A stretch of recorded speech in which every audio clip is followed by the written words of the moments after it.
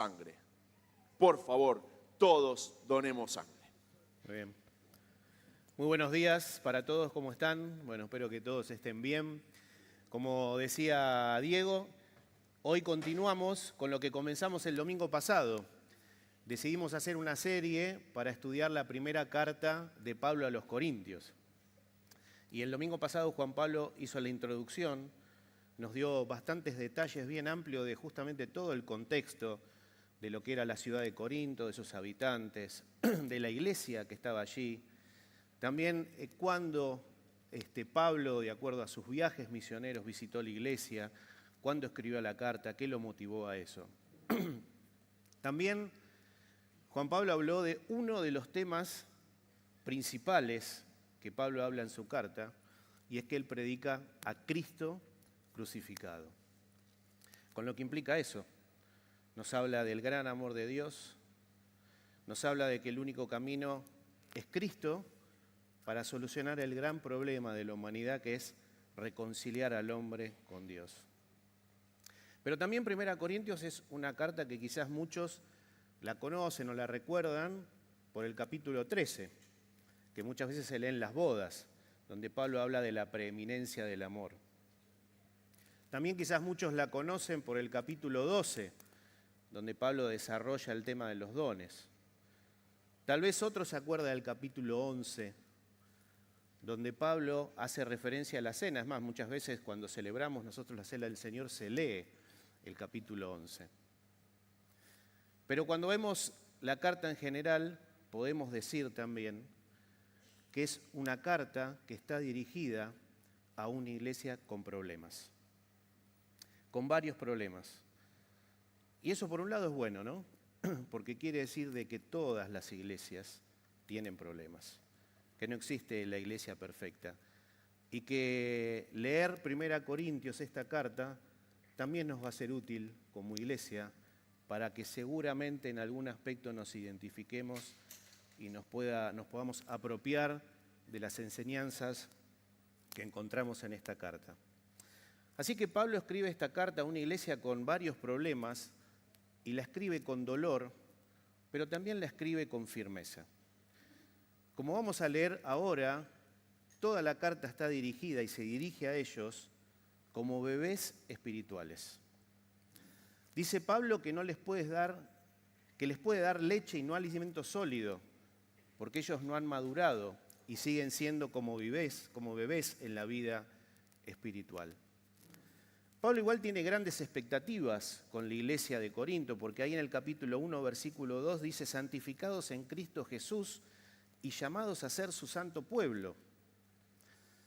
Pero a la vez le habla a ellos que son creyentes nuevos, nacidos de nuevo, pero que no están viviendo conforme al Espíritu. Que son salvos, pero que el comportamiento de ellos no refleja esa nueva vida en Cristo. Él quiere que se abracen a la sabiduría de Dios y que dejen de lado la sabiduría humana. También les hace una gran declaración Pablo, porque les dice: nosotros tenemos la mente de Cristo. Dice también ahí Pablo que ellos han recibido muchos dones, pero que les cuesta mostrar el fruto del Espíritu.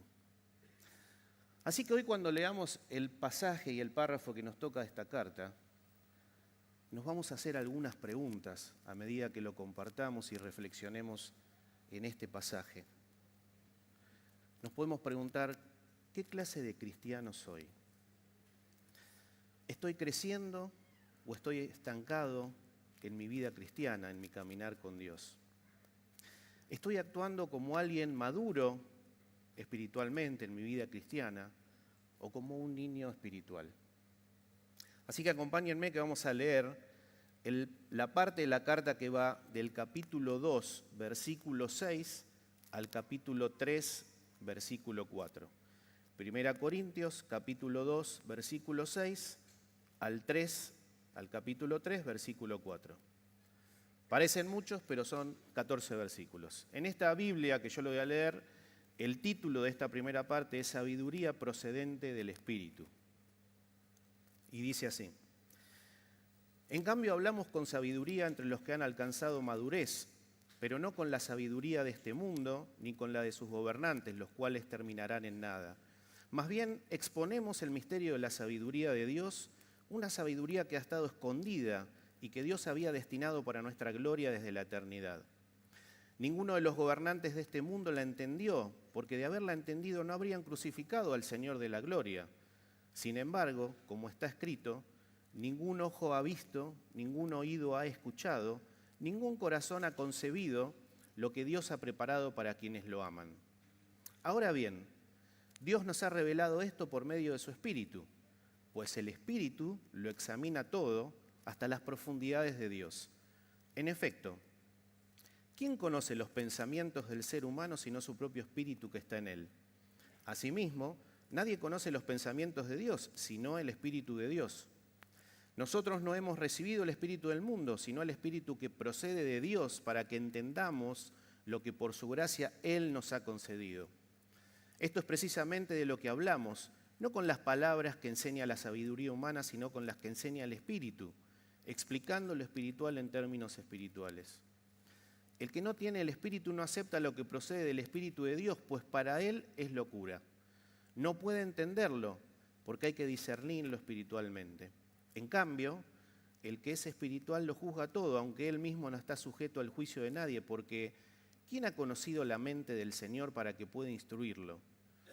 Nosotros, por nuestra parte, tenemos la mente de Cristo. Y el capítulo 3, con el título sobre las divisiones en la iglesia, dice: yo, hermanos, no pude dirigirme a ustedes como espirituales, sino como inmaduros, apenas niños en Cristo. Les di leche porque no podían asimilar alimento sólido, ni pueden todavía, pues aún son inmaduros. Mientras haya entre ustedes celos y contiendas, ¿no serán inmaduros? ¿Acaso no se están comportando según criterios meramente humanos? Cuando uno afirma yo sigo a Pablo y otro yo sigo a Apolos, ¿no es porque están actuando con criterios humanos? Hasta ahí la lectura, que es el versículo 4 del capítulo 3. Y lo primero que les dice Pablo a los corintios, y habla de estas dos sabidurías, la sabiduría del mundo versus la sabiduría de Dios. De la sabiduría del mundo podemos decir que Pablo lo que dice es que es superficial, que es temporal y que está basada en el orgullo y el poder humano. Y a la sabiduría de Dios se dirige diciendo que es misteriosa y oculta, pero a la vez aclara que está centrada en la cruz y es revelada solo a los que creen por medio del Espíritu de Dios. Y esto de misteriosa y oculta no se refiere a una enseñanza que es inaccesible, que se imparte en secreto, sino que se refiere a algo que estaba oculto a los ojos humanos, pero que fue revelado por Dios a través de la persona de Cristo, y que puede ser comprensible para aquellas personas que habita en ellas el Espíritu de Dios, porque a través de su Espíritu es que podemos entenderlo. Porque Pablo dice que solo el Espíritu nos revela lo profundo de Dios. Dice, lo que ojo no vio ni oído oyó, Dios lo preparó para los que le aman. Se refiere a esta sabiduría escondida de Dios que ahora es revelada para todos a través de la persona de Cristo y entendida a través del Espíritu de Dios que habita en cada uno de nosotros. Porque el Espíritu Santo es el que conoce lo profundo de Dios. Pablo les dice, ¿quién de entre los hombres puede saber las cosas del hombre sino el espíritu del hombre que está en él? Asimismo, nadie conoce las cosas de Dios sino el Espíritu de Dios. Y Pablo acá se basa en un principio de la filosofía griega de aquel momento que decía, lo semejante solo puede ser conocido por lo semejante. Por eso él dice, el pensamiento que tiene un hombre no lo pueden conocer los demás, salvo que ese hombre lo revele y lo cuente en sus palabras. Lo mismo sucede con Dios. Solo Dios conoce a Dios y solo el Espíritu de Dios conoce a Dios.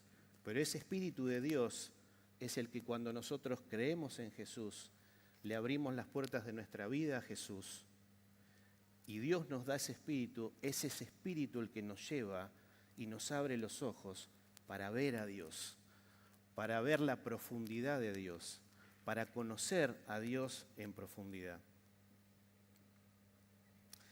Así que Pablo, como que al hablar de las sabidurías, es el primer llamado de atención que le hace a los corintios. Que se abracen a esta sabiduría de Dios y no a la sabiduría humana. En otras palabras, les está diciendo, no pueden vivir la vida cristiana sin estar en comunión con el Espíritu. Si ustedes son cristianos, no pueden tener el Espíritu de Dios y no buscar su guía e ignorarlo y dejarlo a un costado. Porque de esa manera, ustedes al tener el Espíritu, pero no ser guiados por el Espíritu e ignorar el Espíritu de Dios, viven sus vidas de una manera humana. En la sabiduría humana, en la sabiduría terrenal, en la humanidad de cada uno de ustedes, de acuerdo a sus pensamientos, de acuerdo a sus deseos, de acuerdo a lo que ustedes quieren y anhelan. En el Evangelio de Juan, el capítulo 16, del 13 al 15, dice, cuando venga el Espíritu de verdad, Él los guiará a toda la verdad, porque no hablará por su propia cuenta, sino que hablará todo lo que oiga y les hará saber las cosas que habrán de venir. Él me glorificará, dice Jesús, porque tomará de lo mío y se lo hará saber. Todo lo que tiene el Padre es mío, por eso dije que tomará de lo mío y se lo dará a conocer a ustedes. En otras palabras, el Espíritu de Dios que mora en nosotros es el que nos lleva a glorificar a Cristo. El Espíritu de Dios es el que nos hace conocer la profundidad de Dios. Nos quita un velo y nos lleva a que con nuestra vida glorifiquemos a Cristo. ¿Cómo podemos glorificar a Cristo con nuestra vida? Andando en sus caminos, tratando de poner en práctica las enseñanzas de Cristo. Entonces Pablo les hace esta aseveración, que les dice, ¿quién conoció la mente del Señor? ¿Quién le instruirá? Mas nosotros tenemos la mente de Cristo. Y no es una afirmación de perfección, sino que se refiere a una capacidad espiritual, que es lo que le viene diciendo a ellos, que Dios les ha dado el Espíritu de Dios, por lo tanto a través del Espíritu ellos pueden ver, entender y vivir la vida desde la perspectiva y la mirada de Dios. Es ese Espíritu el que los va a llevar a glorificar a Cristo con su vida y a tener la mente de Cristo en ellos. Y uno puede preguntarse, ¿qué es tener la mente de Cristo? Y Pablo en Filipenses dice algo al respecto. Filipenses capítulo 2, del 5 al 8, dice, que haya en ustedes el mismo sentir que hubo en Cristo Jesús, quien siendo en forma de Dios no estimó el ser igual a Dios como cosa que aferrarse, sino que se despojó a sí mismo y tomó forma de siervo y se hizo semejante a los hombres. Y estando en la condición de hombre se humilló a sí mismo y se hizo obediente hasta la muerte y muerte de cruz. Que hayan ustedes el mismo sentir que hubo en Cristo Jesús. Y describe en este pasaje esas características: humildad, amor sacrificial de entrega, actitud de servicio y obediencia a su Padre, cumplir la voluntad de Dios.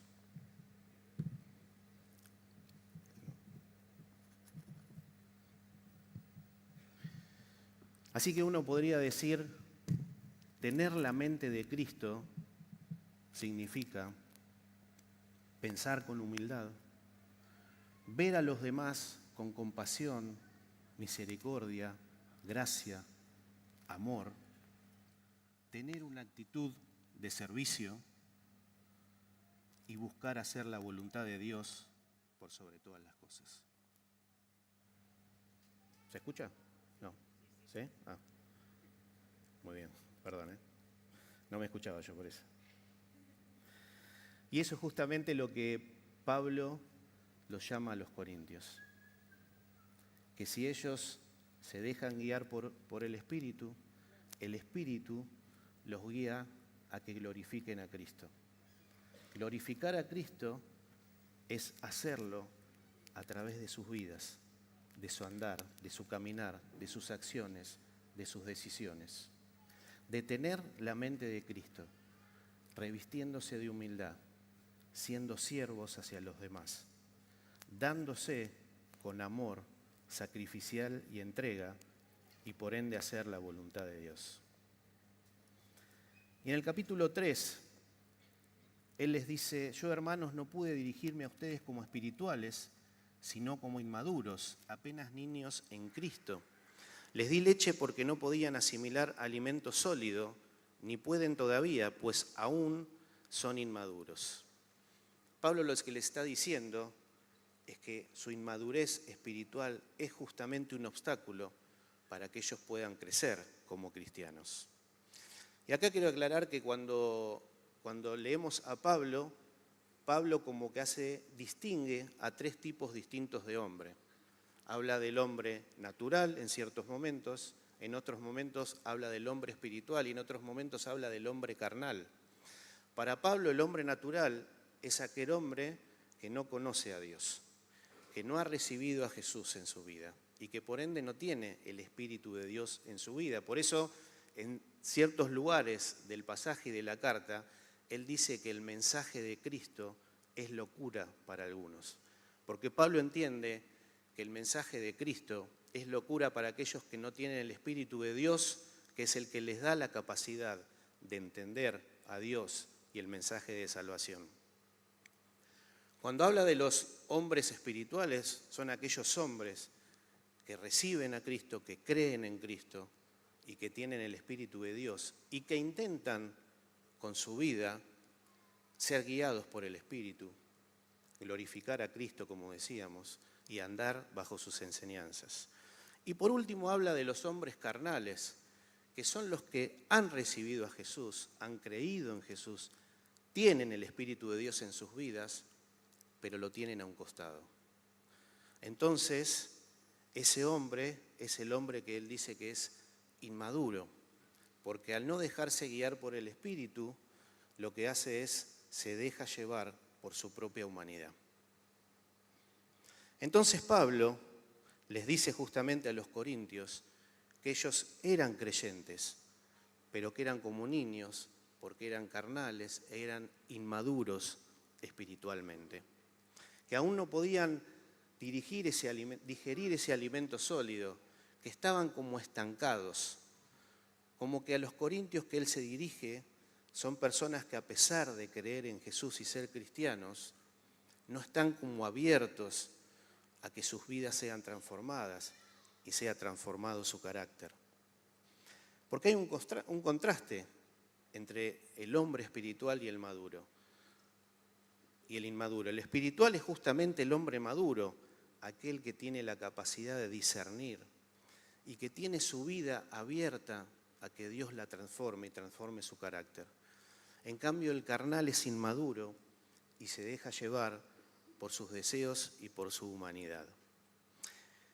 Es interesante porque en la Biblia, en el libro de Hebreos, el autor de Hebreos dice algo muy similar a este concepto que expresa Pablo en el capítulo 5, del versículo 12 al 14.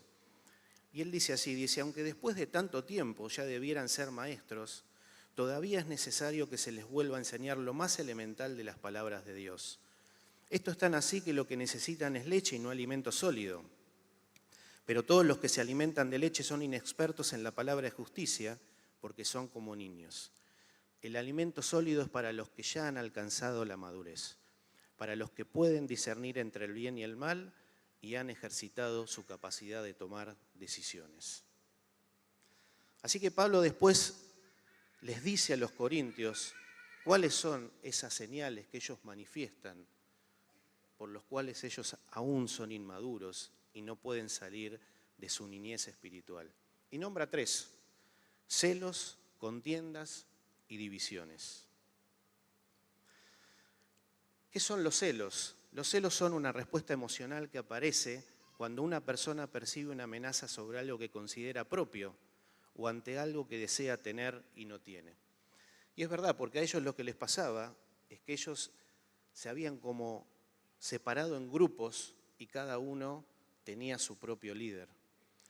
Algunos decían, yo sigo a Pablo y soy de Pablo, y otros decían, yo sigo a Apolos, y otros decían, yo sigo a Cefas. Entonces, como esta división de elegir ciertos líderes o darle preponderancia a ciertos líderes generaba celos entre ellos. Pero esto es algo que no le sucede solo a los corintios. En las iglesias de hoy también sucede. Y es algo que nosotros como iglesia tenemos que procurar cuidar. Y a veces no por elegir ciertos liderazgos o ciertos líderes. Muchas veces a las iglesias les pasa por los servicios, por el trabajo, por los ministerios que desarrollan. Porque la tendencia del ser humano es a jerarquizar. Entonces muchas veces, ¿qué pasa en las iglesias? Muchos empiezan a pensar, este ministerio es más importante que este. O este líder es más importante que este. Probablemente algo que le pasara a los corintios. Y eso lleva a los celos. Pero los celos desembocan en las contiendas. La contienda es en el diccionario pelea, riña, pero en la Biblia la contienda se refiere a conflictos interpersonales caracterizados por la falta de paz, unidad y amor, y que es generado por actitudes destructivas. Estas actitudes destructivas generalmente es la murmuración. Que seguramente esto le pasaba a los corintios porque cada uno tenía su propio líder y en esto de este líder es más que este, por eso yo soy de este líder, este es el que tiene la verdad. Lo que hago es empiezo a generar conflicto con el otro grupo. Los celos me llevan a la contienda y empiezo a murmurar acerca de los otros, del otro grupo, de las otras personas. Y la murmuración en el tiempo trae la contienda. Y los celos después de la contienda, por último, trae la división. Bueno, la división es acción-efecto de dividir, pero en la iglesia produce discordia y separación. Y según Pablo, esto en los corintios les pasaba por estar motivados por el orgullo, por estas comparaciones que hacían y por seguir a hombres en vez de seguir a Cristo. Para él el problema no era él, Apolos o Cefas, sino que esto había producido justamente este tipo de partidismo o un liderazgo, idolatría a cierto liderazgo. Y eso trae la falta de unidad. Pero eso les pasaba porque el origen de eso que eran niños espirituales. Y al ser niños espirituales e inmaduros era que creían en Jesús, tenían el Espíritu de Dios, pero lo tenían en un rincón y lo ignoraban. Entonces esa inmadurez y esa carnalidad, como lo define Pablo, es lo que atenta contra la comunión, la unidad y la santidad individual y de una iglesia. Por eso Pablo sostiene que la posición final de las personas delante de Dios está directamente relacionado con el hecho de que si viven en la carne o viven en el espíritu. Y yo hice un comparativo visual entre un hombre espiritual o maduro y un hombre carnal o inmaduro, y solamente tomé lo que Pablo habla acá porque podríamos quizás poner otras características, ¿no? El hombre espiritual o maduro tiene al Espíritu de Dios y lo sigue, o intenta seguirlo. El hombre carnal o inmaduro tiene al Espíritu, pero lo ignora. El hombre espiritual o maduro intenta discernir todo espiritualmente, es decir, busca su guía. En cambio, el inmaduro carnal suele ver las cosas desde lo humano. El hombre espiritual o maduro vive desde la cruz. Su vida está centrada en Cristo. El inmaduro busca en su propia sabiduría. El espiritual o maduro promueve la unidad El carnal o inmaduro genera celos, contiendas y divisiones. Y el hombre espiritual o maduro tiene la mente de Cristo, es decir, busca ser guiado por el Espíritu, porque el trabajo del Espíritu es llevarnos a que con nuestra vida glorifiquemos a Cristo. Es decir, que tengamos la mente de Cristo, es decir, que tengamos el mismo sentir que hubo en Cristo Jesús, es decir, que nos revistamos de humildad, de amor sacrificial, de actitud de servicio hacia el prójimo y que por sobre todas las cosas busquemos la voluntad de Dios. En cambio, el hombre inmaduro se guía por sus emociones, pensamientos y preferencias. Así que Pablo lo que hace es los desafía a los corintios. Pero también ese desafío nos cabe a nosotros. Pablo los desafía a no conformarse con una vida cristiana superficial,